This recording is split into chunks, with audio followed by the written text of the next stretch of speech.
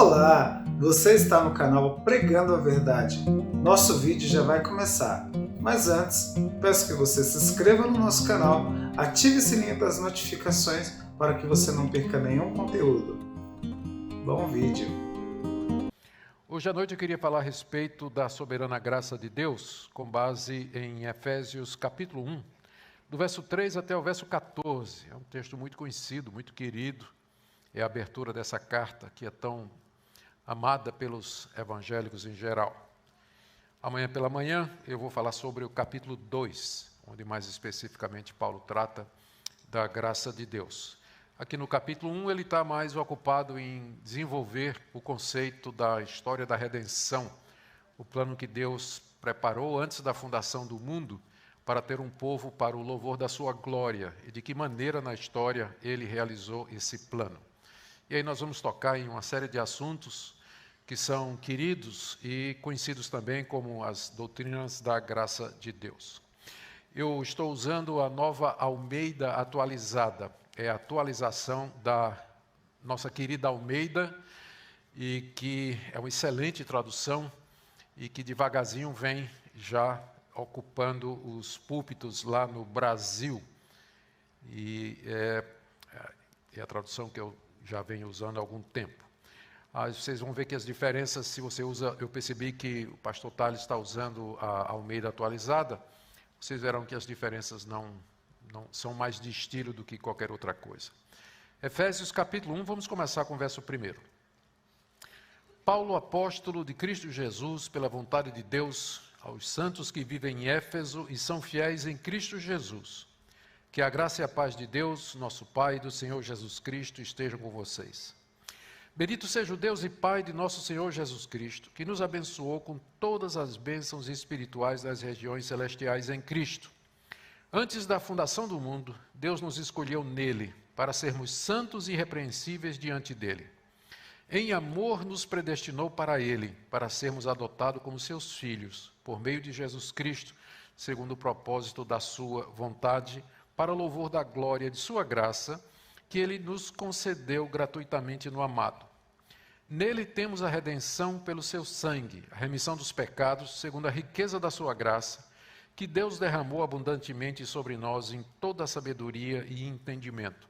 Ele nos revelou o mistério da sua vontade, segundo o seu propósito que ele apresentou em Cristo, de fazer convergir nele, na dispensação da plenitude dos tempos, todas as coisas, tanto as do céu como as da terra. Em Cristo fomos também feitos herança, predestinados segundo o propósito daquele que faz todas as coisas conforme o conselho da sua vontade, a fim de sermos para o louvor da sua glória, nós, os que de antemão esperamos em Cristo. Nele também vocês, depois que ouviram a palavra da verdade, o evangelho da salvação, tendo nele também crido, receberam o selo do Espírito Santo, da promessa. O Espírito é o penhor da nossa herança até o resgate da sua propriedade em louvor da sua glória. Até aqui, queridos, nós já oramos, já pedimos a bênção de Deus sobre a exposição e, sem demora, vamos ao texto. Paulo escreveu essa carta, como todo mundo sabe, quando estava na sua primeira prisão na cidade de Roma. E ele recebeu notícias de que a igreja, os irmãos da igreja de Éfeso, a igreja que ele fundou durante suas viagens missionárias, os irmãos estavam preocupados com a prisão de Paulo, e não sem razão, porque Paulo era o maior pregador da cristandade àquela altura, era o missionário mais eficaz e mais conhecido, e agora estava numa prisão em Roma. Havia não somente uma preocupação por parte da igreja de Éfeso com o estado geral do apóstolo Paulo, mas também com a questão do progresso do evangelho. Como é que a prisão de Paulo se encaixava nos planos de Deus para que o evangelho alcançasse até os confins da terra, se Paulo era aquele que Deus havia levantado exatamente para fazer isso? Paulo então tomou conhecimento e, como não podia estar presente, ele escreve uma carta onde ele apresenta o plano de Deus, plano esse que foi concebido na eternidade, e de que maneira a sua prisão, primeiro o seu chamado e a sua prisão se encaixam. Aqui no capítulo 1, Paulo fala de como Deus na eternidade planejou ter um povo para si, de como Deus Filho executou esse plano, morrendo na cruz, e como Deus Espírito Santo, através das eras, chama e sela esses que Deus amou, por quem Cristo morreu e que foram chamados pelo Espírito Santo. Ele ora para que os crentes entendam isso, que é o final do capítulo 1, que eu não li. E no capítulo 2 ele fala da graça de Deus em juntar no único povo, tanto os judeus como os gentios, e entra no capítulo 3, onde Paulo fala que ele foi levantado por Deus para ser o pregador do Evangelho, levar o reino de Deus até os gentios.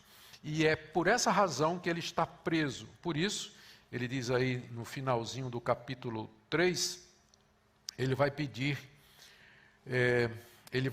aos seus irmãos, na verdade no verso 13, eu peço que vocês não desanimem por causa das minhas tribulações, em favor de vocês, pois isso é motivo de honra para vocês. Essa é a explicação que Paulo dá, que a prisão dele não era para ser motivo para desanimar ninguém, mas na verdade era motivo de honra, porque ele estava preso, exatamente porque dentro do plano de Deus, os gentios também fazem parte da igreja que começou com os judeus. Então, depois de falar do seu apostolado no capítulo 3 e da razão da sua prisão, a partir do capítulo 4 ele traz algumas orientações práticas para a igreja de Éfeso. Isso é costume de Paulo.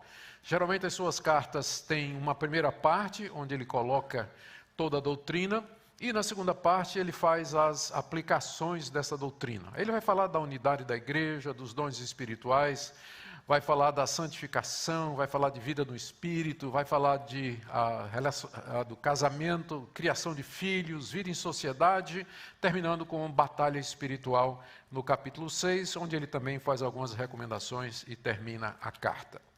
Hoje nós vamos ficar no início da carta, onde Paulo coloca diante dos Efésios esse conceito de que tudo que estava acontecendo era parte de um plano maravilhoso que Deus havia estabelecido antes da fundação do mundo e que havia alcançado o seu clímax na encarnação, quando Deus Filho veio a esse mundo morrer e ressuscitar, e que estava agora em operação através da ação do Espírito Santo no mundo, pela pregação da palavra de Deus. Nós vamos encontrar aqui alguns temas difíceis, que algumas pessoas têm dificuldade. Meu objetivo não é trazer nada polêmico, mas é expor a palavra de Deus. E os irmãos por si julguem e diante de Deus examinem o coração e a consciência diante do que vai ser dito aqui. Essa passagem do verso 3 até o verso 14, ela na verdade é uma única longa sentença. Se você tiver a Almeida atualizada, você vai ver que não tem ponto em lugar nenhum. A Nova Almeida acabou colocando pontos. Desnecessariamente, porque na verdade, como eu disse, é a frase mais longa do Novo Testamento, que começa no verso 3 e vai até o verso 14. Parece que Paulo falou tudo num fôlego só. Ele começou a falar, foi falando, uma ideia puxava a outra, e ele foi colocando no papel. Aí no verso 13, chegou no verso 14, e ele parou. Tá certo? Mas não pense que porque tem essa característica de alguma coisa que foi sendo falada assim, que não há uma lógica aqui e nem um planejamento. Na verdade, toda essa perícope, ela é muito bem estudada. Se você prestou atenção, ela é dividida em 3 partes, cada uma delas referente a uma das 3 pessoas da Trindade, e cada uma delas terminando com a expressão para o louvor da sua glória. A primeira parte, Paulo fala de como Deus, na eternidade, concebeu o seu povo, a igreja, e ele termina dizendo no verso 6 que ele fez isso para o louvor da sua glória. Em seguida, ele começa a falar de Cristo, de como Cristo, no tempo e no espaço, executou esse plano que Deus havia concebido, terminando aí no verso 12 com a expressão, a fim de sermos para o louvor da sua glória. E em seguida ele fala de como o Espírito Santo, através da pregação do Evangelho, chama e sela aqueles que creem em louvor da sua glória, final do verso 14.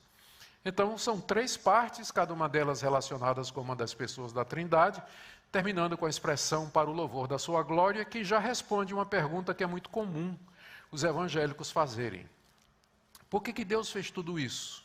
Ele não sabia que Adão ia pecar? Ele não sabia que o homem ia fazer a escolha errada lá no paraíso? Por que Deus permitiu o mal no mundo? Por que tem tanto sofrimento? A resposta é uma só na Bíblia: para o louvor da sua glória. Essa é a resposta que Deus nos dá. E essa resposta é baseada em quem Deus é e no fato de que Ele é o autor da criação e que, portanto, Ele dispõe da sua criação como Ele deseja. E que Ele não tem que dar explicações nem a mim, nem a vocês, nem aos anjos, nem a ninguém da sua criação, ninguém que é fruto ou produto da sua mão. Ele faz o que faz para o louvor da sua glória. Essa é a resposta consistente da Bíblia a todo esse tipo de indagação existencial que as pessoas costumam fazer. Vamos então ver como Paulo aqui nos leva através dos caminhos de Deus, falando a respeito desse plano maravilhoso. Em primeiro lugar, sobre como Deus Pai planejou tudo isso, do verso 3 até o verso 6. Ele começa bendizendo a Deus aí no verso 1, a quem ele chama de Deus e Pai de nosso Senhor Jesus Cristo. Ele bendiz a Deus porque Deus nos abençoou com todas as bênçãos espirituais nas regiões celestiais em Cristo Jesus. Ele olha para essas bênçãos como tendo já sido dadas. Ele não diz graças a Deus que Ele nos abençoa. Ele diz graças a Deus que nos abençoou. Ele está se referindo a alguma coisa que Deus fez no passado e que Ele chama de bênção espiritual, naturalmente em contraste com bênção material. As bênçãos materiais, que também vêm de Deus e que são muito bem-vindas, têm a ver com nossa existência aqui nesse mundo. Saúde, prosperidade, recursos, bens, segurança e, enfim, tudo aquilo que a gente tanto preza e atrás de que a gente sempre corre aqui nesse mundo. São dádivas que Deus nos dá, chamamos de bênçãos materiais. Mas existem as bênçãos espirituais que vêm primeiro, porque delas que procedem as bênçãos materiais. E elas têm a ver com a realidade espiritual que permanece para todos sempre. As bênçãos materiais têm a ver com esse mundo que passa. Nós passamos, esse mundo vai passar também. Mas as bênçãos espirituais, elas têm a ver com a eternidade. Elas têm a ver com a imortalidade, com o plano final de Deus, com a consumação de todo o projeto de Deus. É por isso que Paulo, quando começa a agradecer, ele não começa a agradecer pelas bênçãos materiais, ao contrário de nós, não é? Eu confesso que muitas vezes de manhã, quando eu acordo, a primeira coisa que eu digo é: Deus, muito obrigado pelo novo dia, obrigado pelo sono, obrigado pela minha casa, pela minha esposa que está aqui dormindo ao meu lado, pelos meus filhos, obrigado pelas bênçãos, não é? Quantos de vocês começam o dia dizendo assim: Senhor, graças te dou pela salvação em Cristo Jesus, graças te dou pelo perdão de pecados? É difícil, né? A gente começa geralmente com os bens materiais, mas Paulo aqui começa com as bênçãos espirituais, e ele diz que essas bênçãos, na verdade, elas já foram dadas. Ele nos abençoou com todo tipo de bênção espiritual nos lugares celestiais. Essa expressão nos lugares celestiais, ela só acontece nas cartas de Paulo, eu creio que aqui em Efésios e Colossenses, e se refere a esse mundo invisível, onde Deus habita, onde o Senhor Jesus está sentado à direita de Deus, onde os anjos transitam e que intersecta com o nosso, e que está entre nós, embora de maneira invisível. Isso é o que a Bíblia se refere como lugares celestiais. Deus já nos abençoou com respeito aos lugares celestiais em Cristo Jesus. E aí, surpresa, de todas as muitas bênçãos que Paulo poderia ter escolhido para agradecer, ele escolhe eleição e predestinação. Ele escolhe eleição e predestinação, porque ele diz toda sorte de bênção espiritual. Ele podia falar de redenção, justificação, adoção de filhos, santificação, glorificação, não é verdade? Mas ele vai falar de eleição e depois de predestinação. Né? Parece que ele procurava encrenca, né? Gostava de procurar encrenca. Mas não é, é porque é dessas duas bênçãos que todas as outras bênçãos espirituais decorrem. É porque a justificação, o perdão de pecados, a adoção de filhos, a santificação e a glorificação são para aqueles que Deus elegeu e predestinou. Então a eleição e a predestinação elas são a raiz e a fonte de todas as bênçãos espirituais que nós podemos desfrutar aqui nesse mundo e no mundo vindouro. Veja como Paulo faz isso. Primeiro ele fala de eleição, ou usando o termo aqui, escolha. Depois de no verso 3 agradecer todas as bênçãos espirituais nas regiões celestiais em Cristo, note que ele tem muito cuidado em deixar claro que essas bênçãos são dadas não com base em mérito, mas em Cristo. Em Cristo estas coisas nos chegam. E ele então começa no verso 4. Antes da fundação do mundo, Deus nos escolheu nele, o ele aqui é Cristo, para sermos santos e irrepreensíveis diante dele. Antes da fundação do mundo, Deus nos escolheu em Cristo para sermos santos e irrepreensíveis diante dele. Em primeiro lugar, note que essa escolha aqui, Paulo diz, ela foi feita antes da fundação do mundo. Antes do capítulo 1 de Gênesis, antes que houvesse qualquer realidade material, Deus já tinha escolhido de entre a humanidade que ele sabia que ele ia criar, aqueles que ele quis. Essa ênfase de Paulo de que isso foi feito antes da fundação do mundo é para deixar claro que essa escolha de Deus não foi baseada em nada que Deus viu, previu ou anteviu em mim. Eu nem existia, nem tinha sido criado. Eu não participei com méritos, não participei com qualquer coisa que Deus tenha visto em mim. Essa expressão antes da fundação do mundo, portanto, faz essa separação, dissociação. Essa escolha, ela não é com base em nada que Deus viu ou anteviu na criatura, mas na sua soberana graça. Soberana graça. Escolheu antes da fundação do mundo. A expressão escolher, não adianta procurar alternativas na língua grega, outras traduções, porque a tradução não está correta, é isso mesmo. Escolher significa, de entre um todo, você tirar alguns e deixar outros. E não tem como suavizar a radicalidade dessa expressão. Né? Você escolhe uns e não escolhe outros. Então é isso que o termo significa. Que quando é dito que Deus fez uma escolha, significa que ele tinha diante dele, na sua soberania, já estabelecido o plano da criação, e que o homem havia caído do seu estado original em que havia sido criado, e que a ira de Deus e a sua justiça determinavam a destruição e a condenação de toda a humanidade por isso. De entre a humanidade perdida, caída e merecidamente caminhando para a condenação, Deus escolheu aqueles que ele quis antes da fundação do mundo, ou seja, antes que na prática eles tivessem feito ou o bem ou o mal, para mostrar a sua soberania. Mais uma vez ele fala de Cristo. Essa escolha foi feita em Cristo.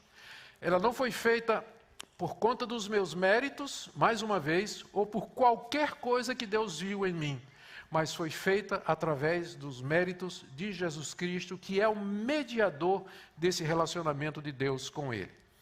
Agora, na segunda parte do verso 4, o apóstolo Paulo explica por que é que Deus escolheu, com que propósito Deus fez essa escolha. Ele diz que esses que foram escolhidos para serem santos e irrepreensíveis diante de Deus.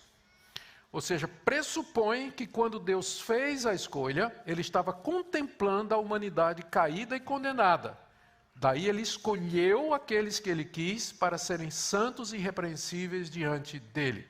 O que responde uma pergunta que geralmente, queridos irmãos, com dúvidas sinceras, perguntam: mas, pastor, se eu acreditar nesse assunto de eleição, de que Deus escolheu, que eu sou escolhido, isso não vai me levar, por exemplo, a relaxar? Uma vez salvo, salvo para sempre. Deus me escolheu. Se eu tiver certeza de que Deus me escolheu, isso não vai me levar assim a dizer: eu posso viver de qualquer maneira, eu vou viver uma vida no pecado, eu vou seguir os desejos do meu coração. e não vai afetar a minha salvação. No final, vou ser salvo de qualquer maneira, porque Deus me escolheu. A pergunta pode ser sincera, mas ela revela uma falta de conhecimento da Bíblia e também dessa doutrina, porque Deus escolheu para a santidade. Onde não há santidade, não houve eleição. Como é que você sabe que você está entre os escolhidos? Com que propósito Deus escolheu? Escolheu para ser santo e irrepreensível. Não quer dizer perfeito aqui no sentido bíblico. Mas alguém que quer viver para a glória de Deus, que odeia o pecado, que quer fazer o que é certo, que ama o Senhor Jesus, que tem fé em Cristo Jesus e quer viver para a glória de Deus. Então, se isso existe no seu coração, você pode dizer: eu tenho todos os sinais desse povo que Deus escolheu para ser seu. Mas se você vive em imoralidade, desonestidade, com o coração cheio de ódio, de mágoa, de ressentimento, de perversidade, boca suja e uma série de outras coisas, qual é a evidência que você tem de que você faz parte do povo de Deus? Onde não há santificação, não há eleição, porque nós somos eleitos para sermos santos e irrepreensíveis diante de Deus. Então, essa dificuldade que as pessoas têm com a doutrina da eleição, que não querem, acham que ela vai acabar levando a uma vida leviana e superficial, demonstra falta de entendimento do que a Bíblia ensina a respeito dessa doutrina. E na verdade, porque eu sei que eu sou eleito e que eu, por gratidão a Deus, quero viver uma vida santa para agradar aquele que misericordiosamente me tirou de onde eu estava, me tirou da condenação que eu merecia. Então, isso aqui, em primeiro lugar, escolha. No verso 5, ele muda, ele está dizendo a mesma coisa, mas ele muda. Em vez de escolher, ele fala de predestinar. E veja só, final do verso 4. Em amor, nos predestinou para ele, para sermos adotados como seus filhos, por meio de Jesus Cristo, segundo o propósito de sua vontade. Qual é a diferença de eleição e predestinação? A eleição, como eu já disse, se refere ao ato da escolha. Eu escolho esses e não aqueles. O motivo que Deus escolheu o A e não B não nos são revelados. Deus não diz por que A e não B.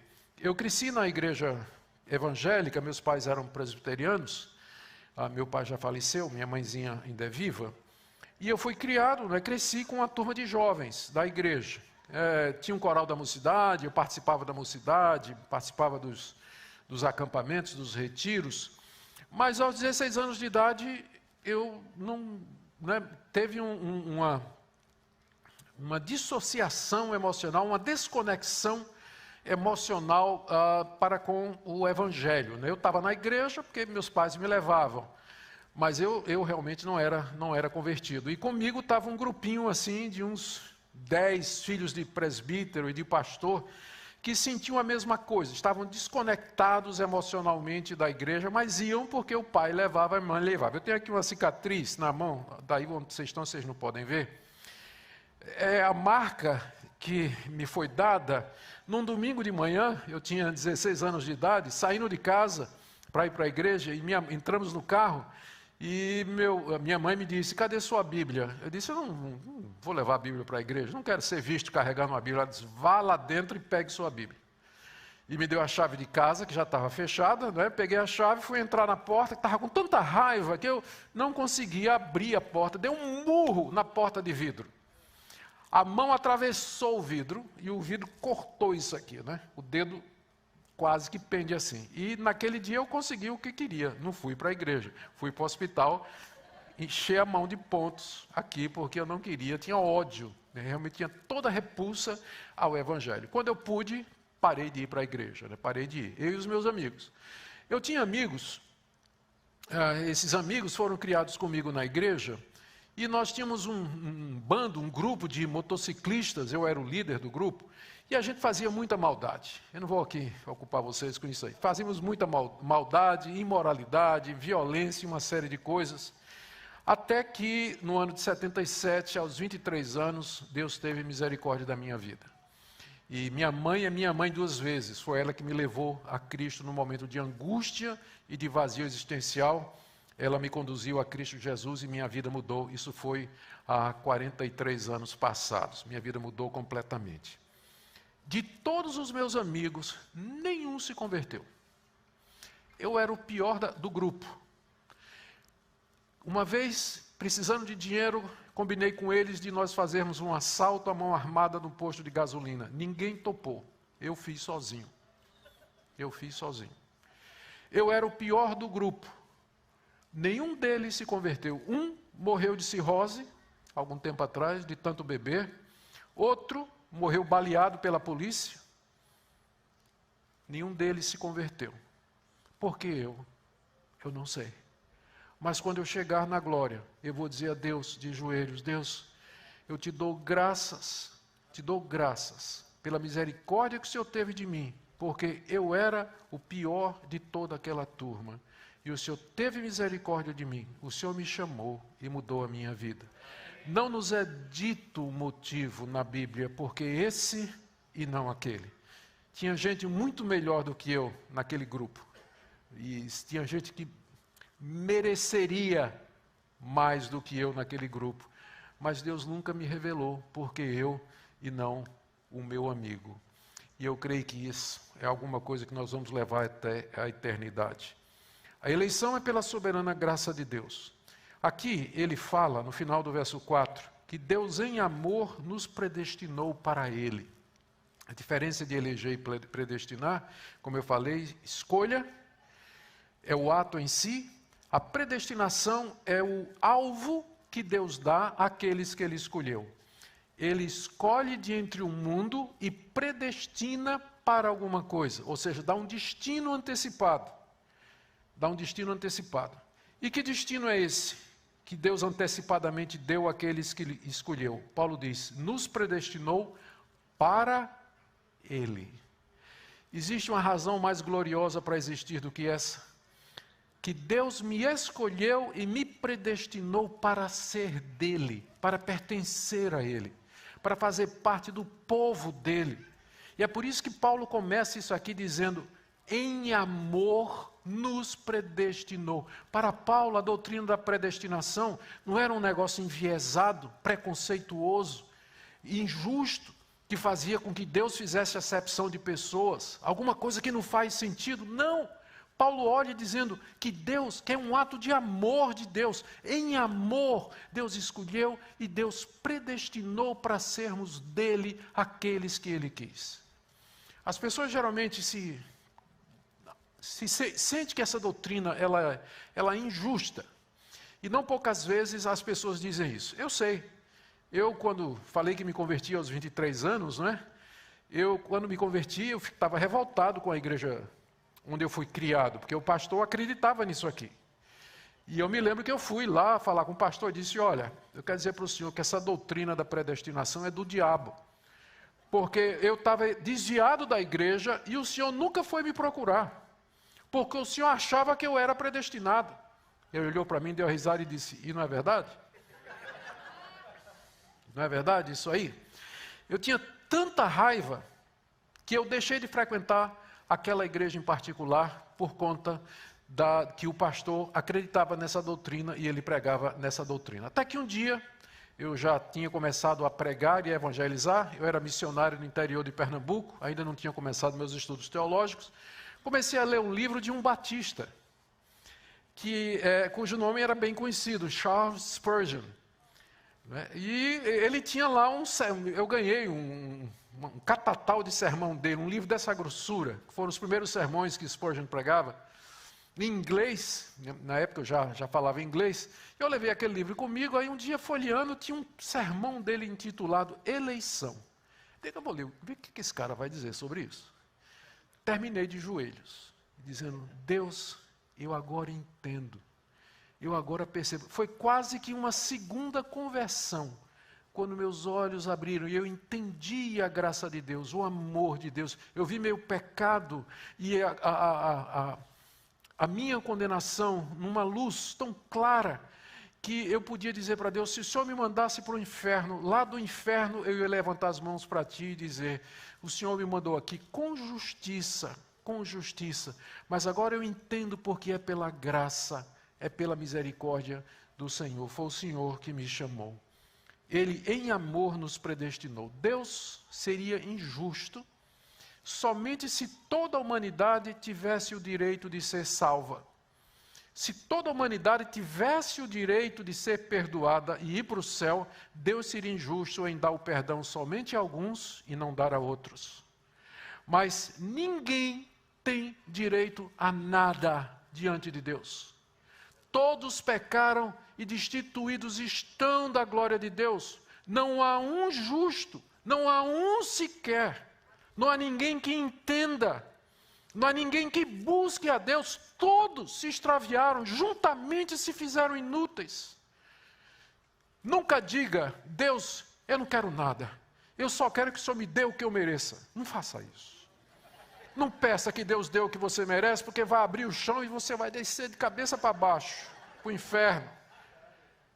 Porque é isso que nós merecemos de Deus, é graça. Então não existe injustiça da parte de Deus, quando Ele graciosamente estende o seu perdão a quem Ele quer. Ele pode fazer isso, não está tirando o direito de ninguém.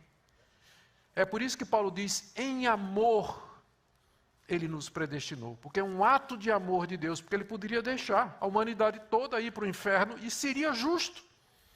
Não haveria injustiça nenhuma em Deus. Mas em amor, Ele nos predestinou para sermos dele. E Ele continua. Para sermos adotados como seus filhos. Já com isso implicando que ser gente, fazer parte da raça humana, não significa ser filho de Deus. Ser filho de Deus não é uma coisa que acontece biologicamente, mas é parte daquelas bênçãos espirituais e que acontecem somente com esses que Deus escolheu e Ele predestinou para serem adotados como filhos de Deus. Deus tem um filho natural, por assim dizer, que é o Senhor Jesus Cristo. Todos nós somos filhos adotados em nosso irmão mais velho, como ele diz aqui, adotados como seus filhos por meio de Jesus Cristo. E Paulo termina essa parte no final do verso 5 dizendo: segundo o propósito da sua vontade. Ele não diz segundo o propósito da sua presciência, ele não diz segundo o propósito daquilo que ele previu que ia acontecer, não, é segundo o propósito da sua vontade. A sua vontade, Deus quis e Ele pode querer, Ele faz o que Ele quer. O problema é que algumas pessoas encontram, queridos irmãos, que têm dificuldade com esse tipo de ensinamento. O problema não é tanto com a doutrina em si, mas com o conceito de Deus que eles têm. Um Deus que se rende ao capricho humano. Um Deus que depende do homem para governar o mundo e fazer com que as coisas aconteçam. Mas se o seu Deus é o Deus da Bíblia, absolutamente soberano, todo-poderoso, Senhor e Criador, você não vai ver injustiça nenhuma nele quando ele dispõe a sua criação da maneira como ele entende melhor, de acordo com sua vontade, porque você confia que ele é justo, que ele é santo, que ele é verdadeiro e que ele não vai fazer absolutamente nada errado.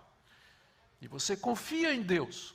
Portanto, hoje à noite eu queria que você, ao sair, você não dissesse mais, como eu disse durante tantos anos, se tiver alguém dizendo assim, essa doutrina é coisa do homem, é coisa do diabo e tudo mais, você pode dizer assim, eu não entendo, mas que está na Bíblia, está. Eu não entendo, mas que a Bíblia está ensinando, está. Não é verdade? Não tem coisa que a Bíblia ensina que a gente fica sem saber direito como fazer? Então, se você já der esse passo, eu já considero minha missão aqui cumprida, né? Nessa noite, pelo menos em parte. Não é que você diga assim, olha, eu não concordo com o pastor, eu não entendo.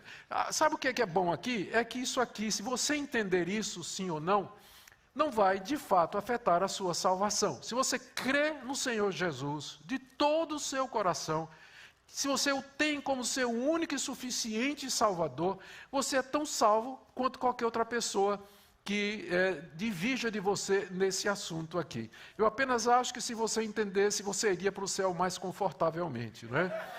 Mais gozosamente, mais alegre e grato, humilde a Deus, Né? Mas isso não vai impedir eu e você de subirmos de braços dados e nos abraçarmos na glória, na presença do nosso Senhor e Salvador. Amém? Muito bem. Paulo termina aqui no verso 6, dizendo que Deus fez tudo isso para louvor da glória da sua graça. É aquela pergunta que nós mencionamos no início e que é muito feita. Por que Deus fez assim? Por que Deus elegeu? Por que Deus predestinou? Por que Ele planejou tudo isso antes da fundação do mundo? A resposta do apóstolo Paulo é para o louvor da sua glória, da glória da sua graça. Ou seja, para que a sua graça é favor e merecido, é disso que nós estamos falando aqui, para que a sua graça gloriosa seja louvada, para que durante a eternidade afora, começando aqui, eternidade afora, nós louvemos a gloriosa graça de Deus, que não nos deixou caminhar para a condenação e para o inferno, mas nos resgatou poderosamente, nos arrancando da condenação que nós merecíamos. Muito bem, a partir do final do verso 6, Paulo introduz a segunda parte que tem a ver com a pessoa de Cristo, a partir do final do verso 6. Ele diz assim, vou repetir o verso 6 para a gente não perder a linha de raciocínio. Que Deus fez tudo isso, nos predestinou para si, para louvor da glória de sua graça. Graça que Ele nos concedeu gratuitamente no amado. Graça que nos foi concedida gratuitamente no amado. Perceberam a redundância aqui? A redundância é quando um autor ele acumula sinônimos de uma palavra para dar ênfase. Ele diz, graça concedida gratuitamente. Está dizendo 3 vezes a mesma coisa, para enfatizar que não é por nada que você fez, não é por nada que você mereça, não é por absolutamente nada na criatura, mas na soberana graça gratuita concedida de graça grátis por Deus. É isso que Paulo está dizendo aqui, a redundância que ele usa aqui é para enfatizar exatamente isso, para deixar absolutamente de fora qualquer possibilidade de que alguém se glorie diante de Deus, de que ele de alguma forma participou nesse processo de redenção e de perdão. Essa graça ele nos deu gratuitamente no amado de Deus. Quem é um amado de Deus? Paulo não nomeia aqui, mas é óbvio pelo contexto que ele está falando de Jesus Cristo. Deus Filho. Deus Filho, na pessoa de Jesus Cristo, é o amado de Deus. Deus ama o mundo, mas Ele tem o amado, que é o seu Filho Jesus Cristo. A nomenclatura que a Bíblia usa para se referir à Trindade, Deus Pai e Deus Filho, indica a relação entre as pessoas da Trindade, ou seja, a relação pai e filho. Isso não quer dizer superioridade de um e inferioridade de outro, porque ontologicamente as pessoas da Trindade são iguais em honra, glória, majestade e poder, mas elas se organizam entre si na relação pai e filho. E o pai ama o filho, e os dois amam o Espírito Santo. Você já deve ter ouvido alguém dizer assim, tentando investigar sobre a razão pela qual Deus criou a humanidade, que Deus se sentiu só, e que Deus queria expressar o seu amor. Por isso Ele criou o ser humano, em busca de comunhão, em busca de fellowship com alguém que pudesse se relacionar com Ele de maneira inteligente. Por isso Deus teria criado o homem. Nada mais falso, porque Deus é o único ser perfeito em si mesmo. O Pai ama o Filho. O Pai já expressa plenamente o seu amor no Filho, a quem Ele ama. As 3 pessoas da Trindade se conversam, se amam, se completam. Deus é perfeito, Ele não precisa de nada fora dele para o completá-lo. Ele não fez um mundo porque tinha uma necessidade intrínseca no ser de Deus de se sentir completo ou qualquer outra coisa. Ele fez porque quis, fez para o louvor da sua glória e não por qualquer necessidade inata do seu ser. Então, quando você ouvir essa conversa, não, Deus criou o ser humano que estava se sentindo sozinho, precisava de companhia, etc., né? Você já sabe que isso aí é fake news teológica, né? Isso aí não tem qualquer fundamento bíblico, porque a Trindade vive em amor. se completa. Deus é perfeito em si mesmo, Ele não precisa de nada fora dele.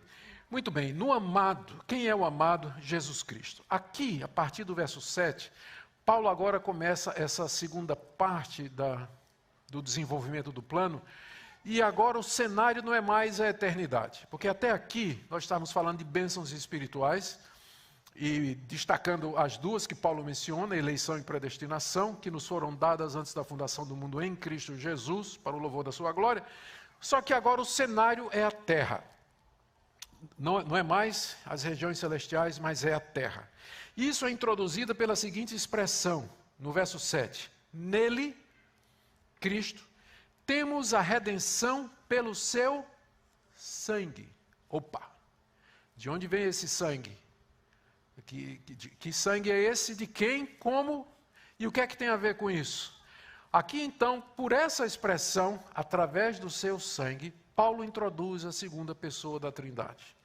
A segunda pessoa da Trindade assumiu uma natureza humana, se tornou gente como nós, nosso representante desses que Deus escolheu e predestinou, e na cruz ele levou o castigo que esses escolhidos mereciam, porque aqui está o problema. Essa escolha que Deus fez foi para que essas pessoas fossem santas e irrepreensíveis. Elas foram escolhidas de entre a humanidade caída. E elas foram predestinadas para serem filhos de Deus. Mas como é que pecadores, indignos como nós somos, merecedores da ira de Deus, podemos ser de Deus, participar da comunhão com Deus, sermos adotados como seus filhos? E aqui é que entra Jesus Cristo. Ele veio a esse mundo resolver, por assim dizer, esse gatilho, esse problema do plano aparente, problema aparente do plano de Deus, de como é que Deus pode eleger e predestinar pecadores para serem seus. Como é que fica a questão da justiça de Deus? Todo pecado precisa ser castigado. Não faz sentido Deus pegar esses pecadores para si, e o que eles fizeram? E aí então que Deus Filho entra no cenário. Ele agora entra no palco da história humana, ele encarna no ventre da Virgem Maria, ele cresce como um de nós, ele é levado à cruz e ali oferece a sua vida. Ele recebe toda a ira de Deus sobre si no lugar daqueles que Deus escolheu e predestinou. E morre no lugar deles, pagando completamente toda a sua culpa. Nenhuma gota do sangue de Cristo foi derramado em vão. Ele morreu pelos seus, eficazmente. Todos aqueles por quem Cristo morreu na cruz que foram eleitos e predestinados, eles serão efetivamente perdoados de seus pecados, chamados pelo Espírito Santo, justificados, santificados e finalmente glorificados, e viverão na consumação do plano de Deus, no novo céu e na nova terra. É aqui que entra Cristo. Veja como Paulo descreve a obra de Cristo aqui no verso 7. Nele temos a redenção. Estávamos perdidos, mas fomos redimidos. Um preço foi pago por isso, que é o sangue do Filho de Deus. Temos a redenção. E aí Paulo explica o que é essa redenção. É a remissão dos pecados. Remitir aqui significa quitar. Uma dívida enorme tínhamos para com Deus. Deus nos elegeu e nos predestinou de entre a humanidade caída, que está em dívida diante dele, porque quebra a lei de Deus, vira as costas para Deus. A justiça de Deus demanda o pagamento, e o pagamento é a vida do pecador.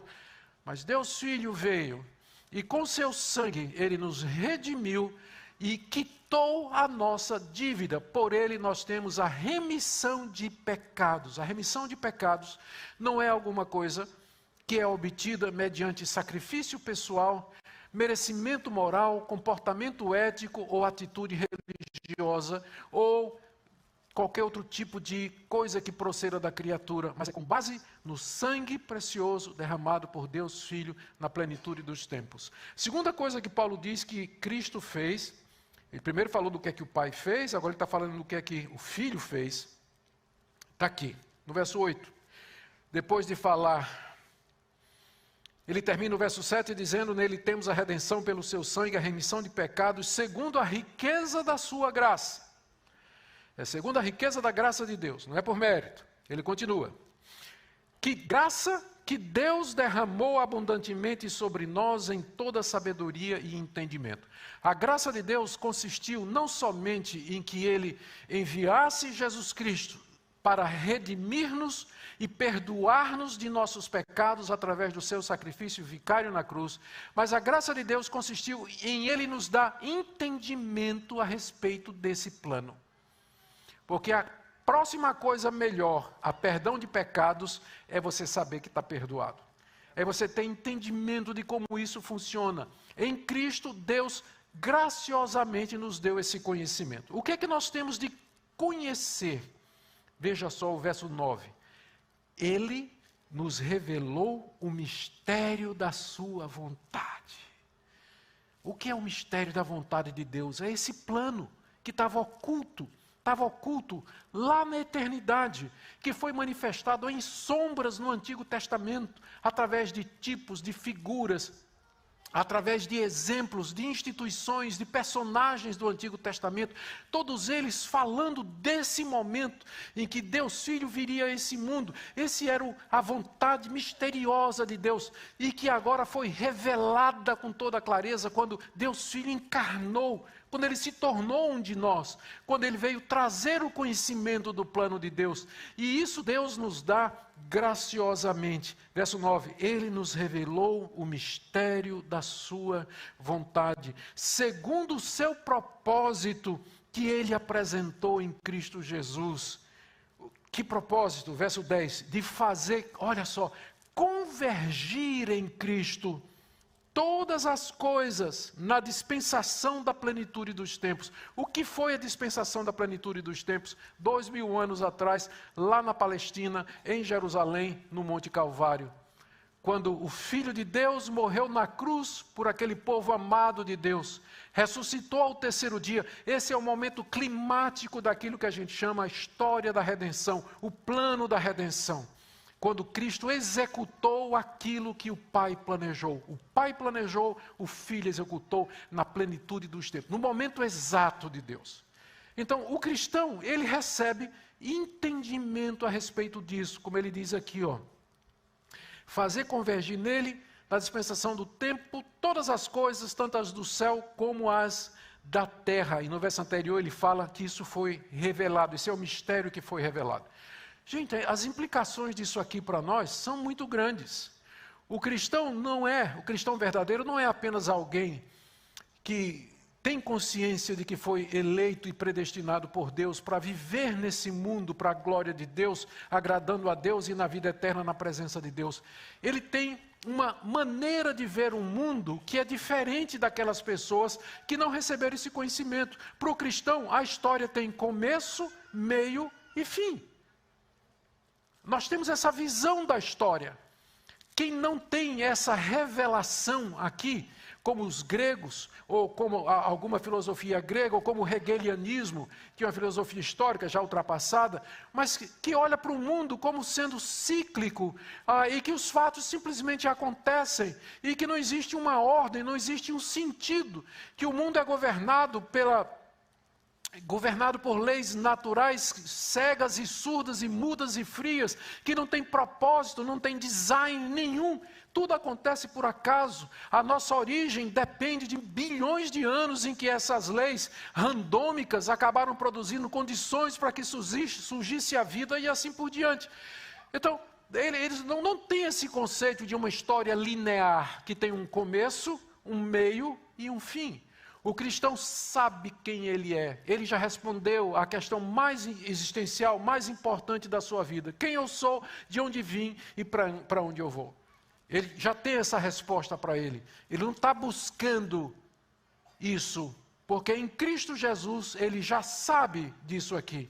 Que ele existe para a glória de Deus. Ele pode não ter respostas imediatas para decisões, tipo assim, com quem eu vou casar, se vou casar, eu vou trabalhar, aonde vou fazer o quê, onde é que eu vou morar e tudo mais. Essas são decisões e questões pessoais que podem ser respondidas à medida que a providência de Deus vai revelando cada página do livro da sua vida, que Deus não abre lá no último capítulo, no epílogo, para você saber tudo de antemão. Mas todo dia Ele vai abrindo um pouquinho.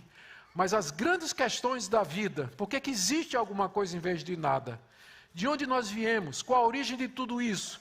A Bíblia nos dá essa resposta em palavras muito claras como essas aqui. Deus fez convergir na plenitude dos tempos todas as coisas na pessoa de Jesus Cristo. É por isso que nós vivemos no ano 2022 depois de Cristo. Ele marca a história no meio, por assim dizer. Ele é o ponto culminante na história. E o cristão, então, tem um referencial para dizer por que é que eu existo, o que é que eu estou fazendo aqui, para onde é que eu vou, qual a razão de ser da minha existência.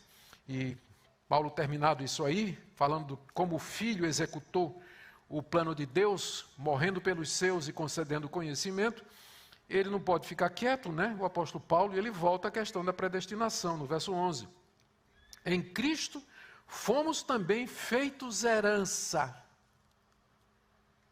predestinados segundo o propósito daquele que faz todas as coisas conforme o conselho da sua vontade. Aqui é a terceira coisa que Paulo fala a respeito da obra do Filho na redenção. Em Cristo nós somos feitos herança. Herança de quem?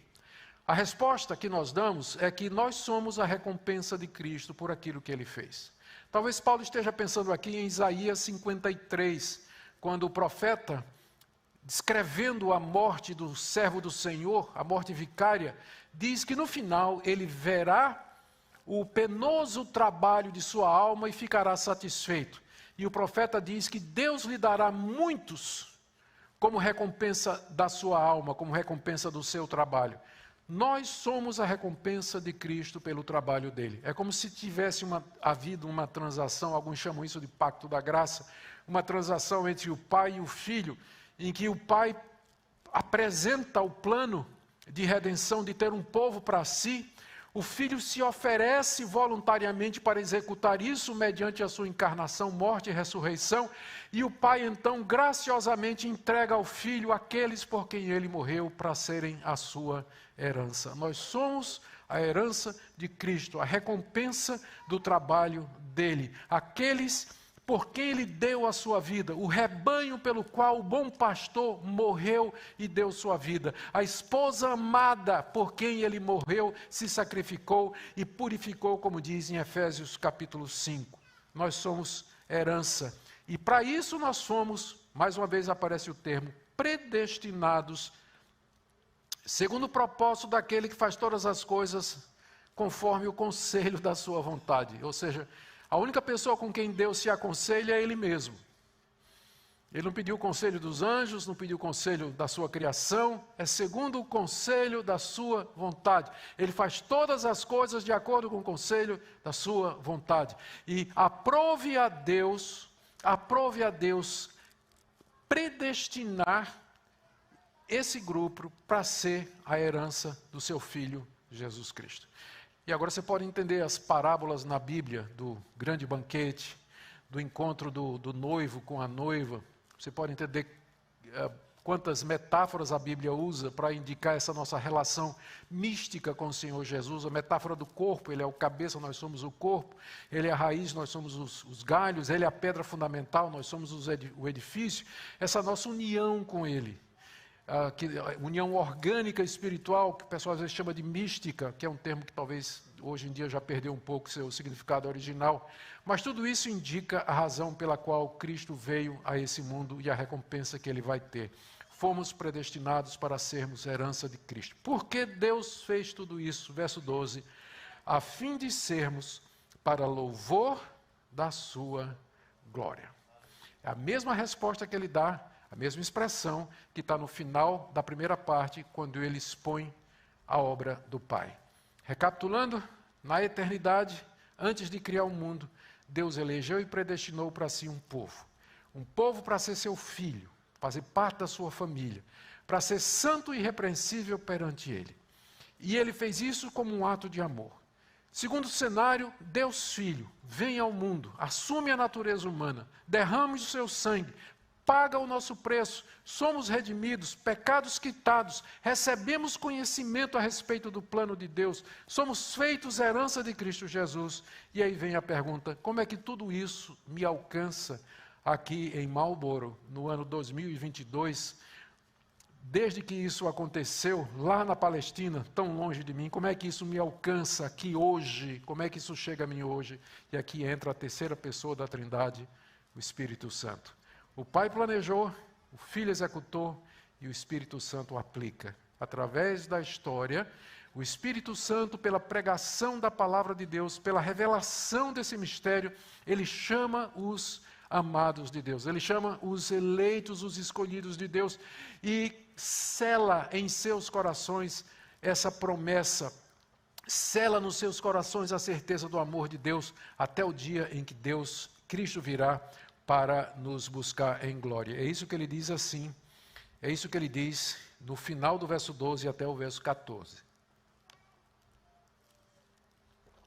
A fim de sermos, eu vou repetir, só para a gente não perder o fluxo, né, do pensamento. A fim de sermos, nos predestinou, a fim de sermos para o louvor da sua glória. Veja só, nós, os que de antemão esperamos em Cristo. Quem são estes que Paulo diz, nós, de antemão esperamos em Cristo? Os judeus, não é? Os judeus esperavam em Cristo.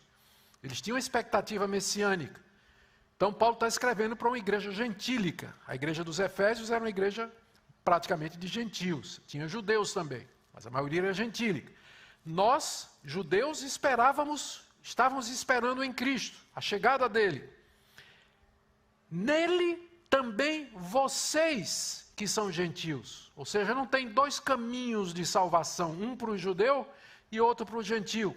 Nós que esperávamos a chegada do Messias, e vocês que são gentios, que nunca tiveram essa esperança, mas agora ouviram o Evangelho, nele também vocês, depois que ouviram a palavra da verdade, o Evangelho da nossa salvação, o Evangelho da salvação, tendo nele também crido, como nós judeus lá em Jerusalém também cremos, fostes, ou estou repetindo aqui a Almeida atualizada, fostes selados com o Santo Espírito da promessa. A Nova Almeida diz, receberam o selo do Espírito Santo da promessa.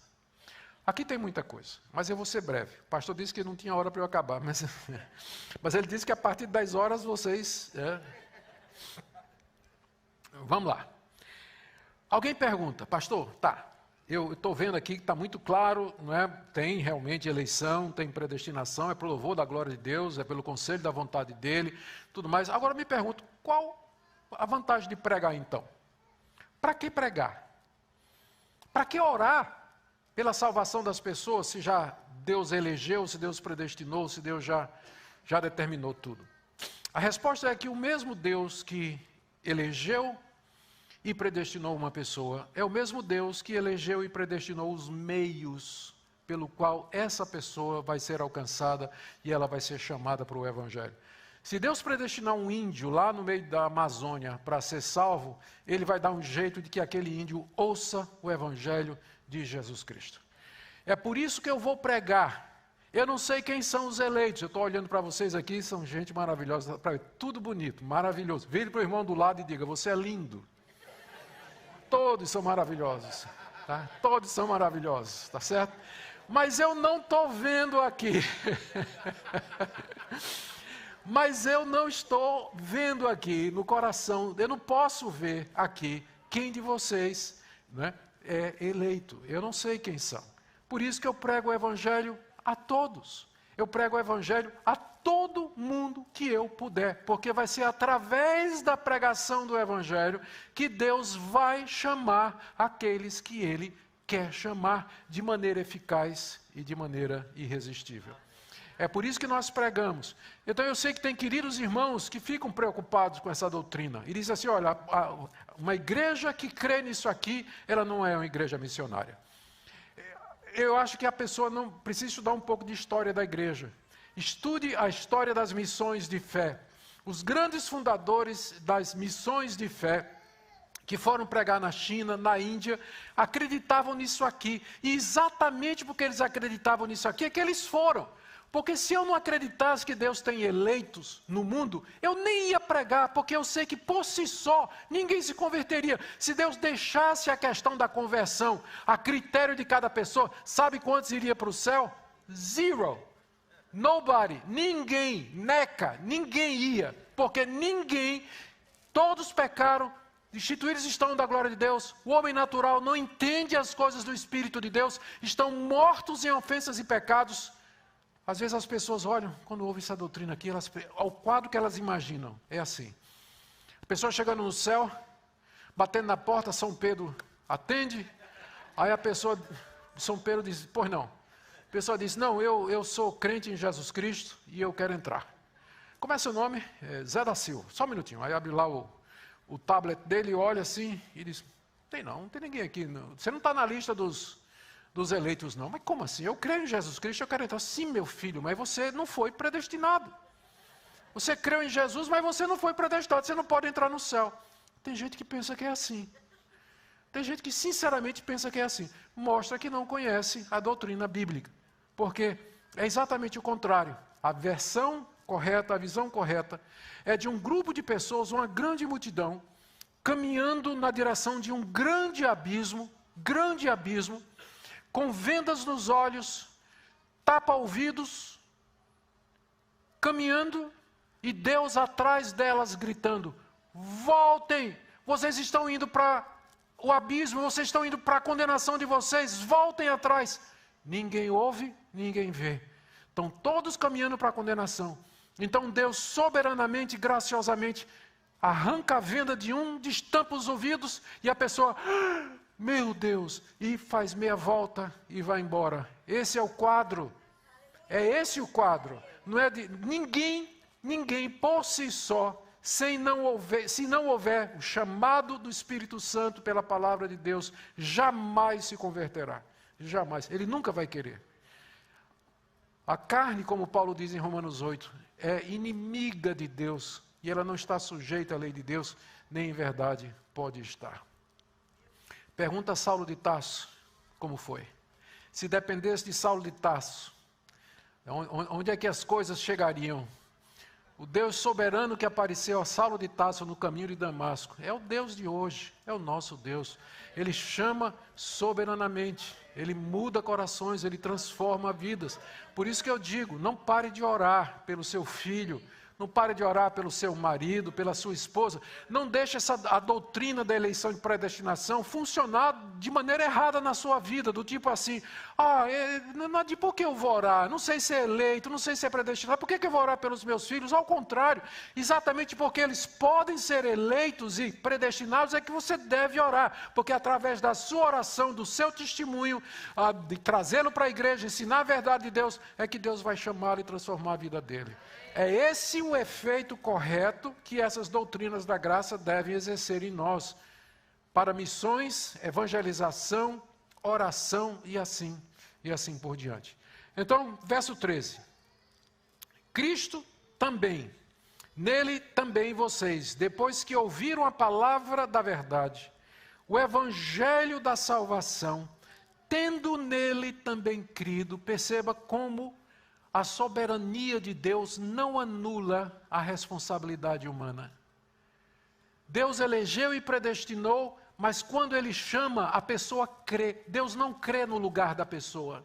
Você exerceu livremente o seu desejo de crer. É claro que por detrás, Deus já tinha tocado naquele switch, não é?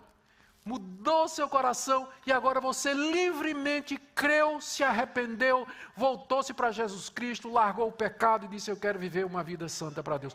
A sabedoria, a soberania de Deus, ela não anula a nossa humanidade. Pelo contrário, de uma forma que se harmoniza misteriosamente, os decretos de Deus acontecem através das decisões das suas criaturas. O meu genro também, um pastor muito bom. Mas eu queria falar de um melhor ainda, que é meu sogro, né?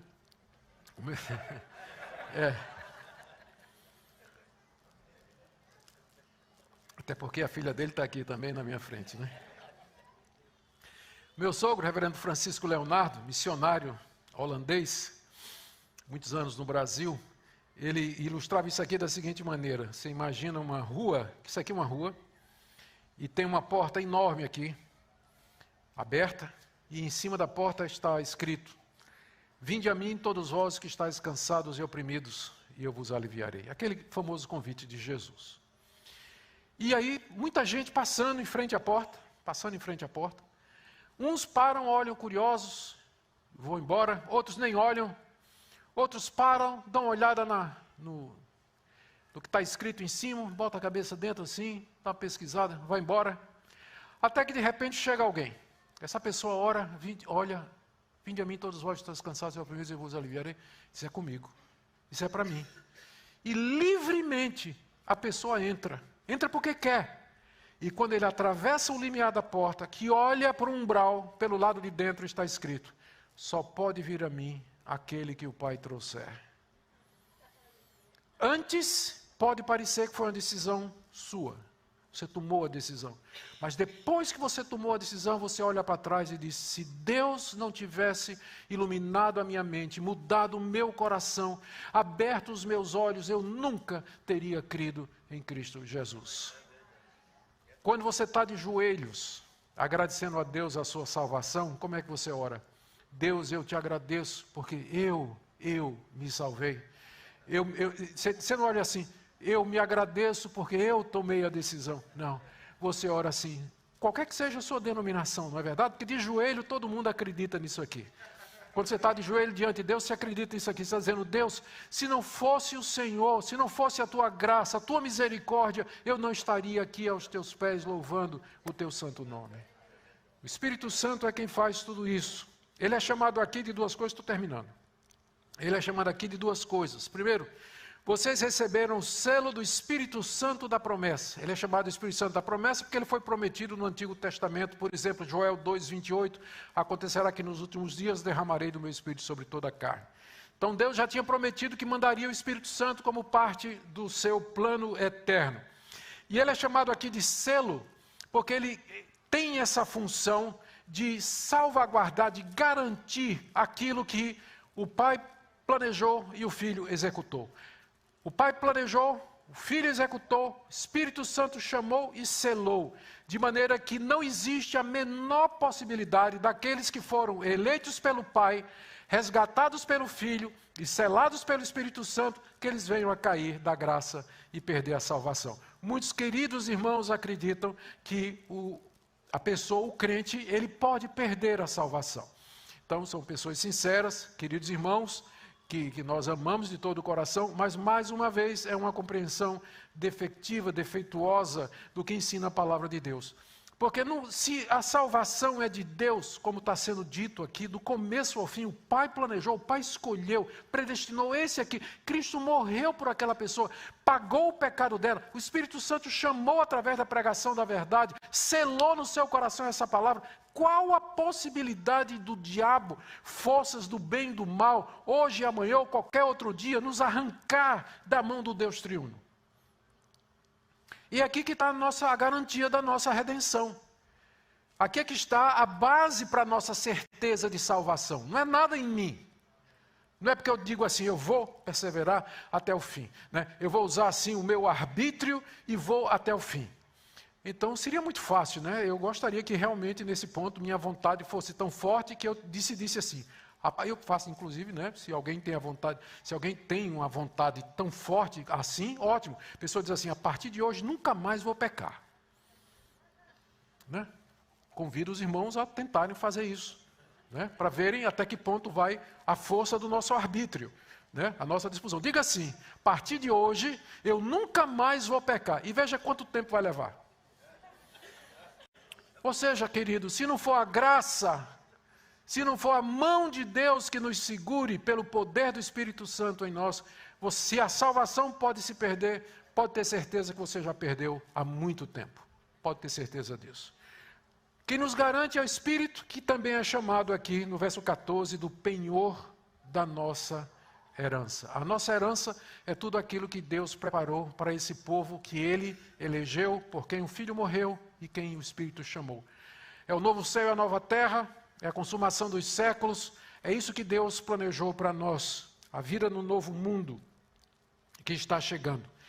E que nós participaremos, veja o verso 14, até o resgate de sua propriedade, quando Cristo vier resgatar o que lhe pertence na sua segunda vinda. Por enquanto estamos aqui nesse mundo, sofridos, doídos, doentes, passando por dificuldades, passando por problemas, angústias, mas Cristo está vindo resgatar a sua propriedade. O último inimigo a ser derrotado vai ser a morte.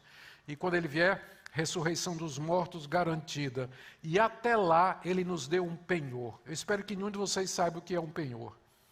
Penhor é quando você está quebrado, vai lá no Cabra, né, no cara que trabalha no agiota, você pega uma quantia e deixa o relógio de ouro do seu pai, que está na família há 30 anos, como sendo um penhor, não é? Uma garantia de que você vem para resgatar a sua propriedade.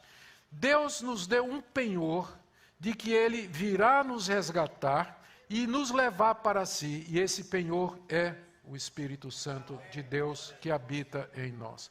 É a garantia. Em que sentido ele funciona como garantia? Porque pela presença do Espírito Santo em mim, eu já experimento um pouco das realidades celestiais. Eu já experimento essa comunhão com Deus, a alegria de ser de Deus, a paz de Deus no meu coração, um pouco de santidade. É claro que está tudo misturado com o nosso pecado, mas nós experimentamos um pouco das realidades celestiais já aqui nesse mundo. Isso é apenas uma amostra do que nos espera quando Cristo vier para resgatar a sua propriedade. Deixa eu terminar aqui. Paulo começa a carta aos Efésios falando do plano da redenção. O que eu acabei de explicar para vocês é o que é a igreja. Estamos comemorando 24 anos da igreja aqui. Mas o que é a igreja? Você agora tem a resposta. A igreja é a comunhão daqueles que Deus na eternidade escolheu e predestinou para serem seus, que vivem em santidade e irrepreensibilidade diante dele em Jesus Cristo. A igreja é composta daqueles por quem Cristo morreu, cujo sangue pagou completamente o seu pecado e que tem uma compreensão, uma cosmovisão da história, quem sou, de onde vim, para onde eu vou. Sabem que há um Deus que controla a história, que não acredita em sorte, destino ou azar, ou horóscopo, mas crê na providência de Deus guiando toda a história. A igreja é esse povo habitado pelo Espírito Santo, que já experimenta as belezas e a glória do mundo vindouro, convocados para culto público, para proclamar a beleza de Deus, a glória de Deus, a graça de Deus e anunciar ao mundo a salvação em Cristo Jesus. É isso que é a igreja. O que eu acabei de ler para vocês é talvez uma definição das definições mais claras de igreja que nós temos no Novo Testamento. A igreja é o povo de Deus, que Deus amou e chamou para ser seu, cujo pecado foi pago pelo Senhor Jesus e que caminha para a eternidade com segurança, porque tem o penhor e o selo do Espírito Santo. Amém?